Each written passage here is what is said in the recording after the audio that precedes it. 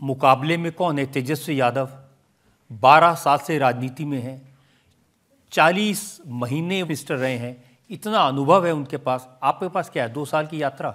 नहीं, ठीक बात है। तेजस्वी यादव, देखिए,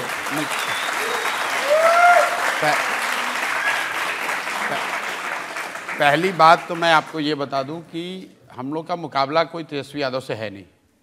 हम जनसुराज का मुकाबला, जब भी ये दल बनेगा, चुनाव होगा, आप देखिएगा, मुकाबला तो वहाँ एनडीए से ही होगा, भाजपा और नीतीश की पार्टी से होगा, क्योंकि लोकसभा चुनाव में भी 176 विधानसभा क्षेत्र में तो एनडीए आगे है।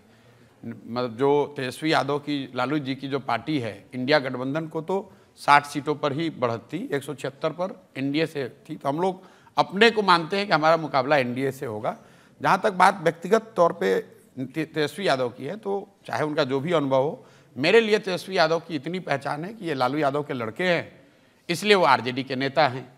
और बिहार के नेता कभी बने नहीं, जनता ने उनको वोट दिया नहीं, और व्यक्ति के तौर पर उन्होंने ऐसा कुछ काम किया नहीं कि बिहार के होने के नाते मैं तेजस्वी यादव का बहुत नोटिस करूं या मैं उस बात का अध्ययन करूं कि भाई इस आदमी के बारे में मुझे जानना समझना चाहिए।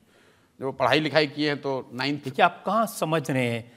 पापा मुख्यमंत्री रहे थे, मम्मी मुख्यमंत्री रही थी, बहन राज्यसभा में है, 2 मामा पार्लियामेंट के मेंबर रह चुके हैं, छोटे भाई सरकार में मंत्री रह चुके हैं। ठीक बात है। ये तो एक तरह से लाइबिलिटी है। एक मेरी समझ से तो ये तो उनकी लाइबिलिटी है, क्योंकि बिहार में जो आज स्थिति है, अगर उनके माँ बाप के मुख्यमंत्री रहने के बावजूद बिहार आज देश का सबसे गरीब और पिछड़ा राज्य है, तो ये तो उनके खाते में ही जाएगा ना।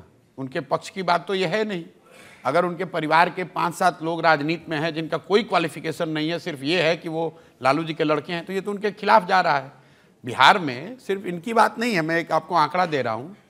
मैंने जनसुराज अपने अभियान के तहत एक अध्ययन कराया कि भाई पिछले 30 साल में जितने सांसद और विधायक बने हैं, चाहे जिस दल से बना हो, कांग्रेस का हो, आरजेडी का हो, जदयू का हो, भाजपा का हो, सबकी सूची मैंने बनवाई तो पता चला कि 1250 परिवार के लोग ही बिहार में पिछले 30 साल में सांसद विधायक बने हैं। आप जरा अंदाजा लगाइए, 13 करोड़ की आबादी वाले बिहार में, जहां 3.5 करोड़ परिवार रहते हैं, सिर्फ 1250 परिवार के लोग ही विधायक सांसद बन रहे हैं। और उन्होंने एक तरीके से कब्जा कर रखा है। और ये तब जब 1990 में भी बिहार देश का सबसे गरीब और पिछड़ा राज्य था, 2005 में जब नीतीश जी मुख्यमंत्री बने तब भी बिहार देश का सबसे गरीब और पिछड़ा राज्य था, और आज भी देश का सबसे गरीब और पिछड़ा राज्य बिहार ही है। और यही 1200 परिवारों का दावा है कि हम ही रहेंगे, हम ही चलाएंगे, कोई दूसरा आ नहीं सकता है। तो इस सोच को ही चुनौती देने का नाम है जनसुराज। आप कह रहे हैं उनसे मुकाबला नहीं है। उन्होंने तो नौजवानों से कहा कि 10 लाख नौकरियां देंगे। पूरे बिहार में चपरासी से लेकर मुख्य सचिव तक जो लोग सरकारी नौकरी में हैं, उनकी टोटल संख्या है 23 लाख। 1.97% लोग ही बिहार में सरकारी नौकरी में आज तक 75 साल में हैं। और आप कह रहे हैं कि हम 10 लाख एक दिन में दे देंगे, कैसे संभव है? और अगर मान लो 10 लाख आपने दे भी दिया, मान लो एक बार को, तो 23 लाख बढ़ के हो जाएगा, 10 लाख और बढ़ा लो, 3% हुआ। 97% बिहार का तो फिर भी कुछ नहीं होने वाला है। 40% लोग तो बिहार में भूमिहीन है, उसके लिए क्या कर रहे हो? अगर आप प्राइवेट सेक्टर को भी जोड़ दो तो भी 2/3 बिहार के लोग तो उसमें आते ही नहीं है ना, सरकारी नौकरी में आते हैं ना प्राइवेट सेक्टर में आते हैं। उनके लिए तो आपको कुछ, आप भूमि सुधार किए नहीं, आपने बच्चों की पढ़ाई की व्यवस्था की नहीं, आपने लोगों के रोजी रोजगार के लिए कैपिटल पूंजी की व्यवस्था की नहीं।